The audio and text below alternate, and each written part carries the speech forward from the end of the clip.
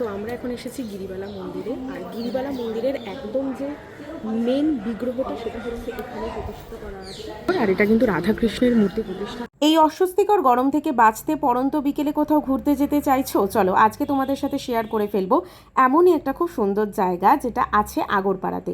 Agarpara station থেকে নেমে তোমরা জনপ্রতি 14 টাকা ভাড়া দিয়ে টোটো বা অটো তোমাদের নামিয়ে দেবে একটা মোড়ের মাথায়, এবং সেখান থেকে জাস্ট 2 মিনিটের হাঁটা পথে তোমরা এই গিরিবালা মন্দিরে কিন্তু পৌঁছে যেতে পারবে। আর তাই জন্য আমি আর আমার বান্ধবী চলে গেছিলাম এই মন্দিরটায়। জানো তো, মন্দিরটায় ঢোকার সাথে সাথে কি যে একটা অপূর্ব শান্তি পেলাম তোমাদেরকে কিন্তু বলে বোঝাতে পারবো না। সো গিরিবালা মন্দিরে ঢুকেই এটা হচ্ছে ঠাকুর দালানটা, এই যে পিছনে রয়েছে, আর তার সাথে এই যে পাশ দিয়ে পরপর রয়েছে কিন্তু অনেক শিব ঠাকুরের মূর্তি, মানে নাম আছে রাজেশ্বর বাবা, গোপেশ্বর এরকম। আর মেন যে মূর্তিটা এটা হচ্ছে কিন্তু এখানেই রয়েছে, এটাই হচ্ছে অ্যাকচুয়ালি মেন মন্দির। আর তাছাড়াও এই দিকটাতেও রয়েছে, এই যে পরপর পরপর সবগুলো হচ্ছে শিব মন্দির। দেরি না করে ফ্যামিলি বা প্রিয়জনদের সাথে ঝটপট চলে আসে জায়গায় ঘুরতে।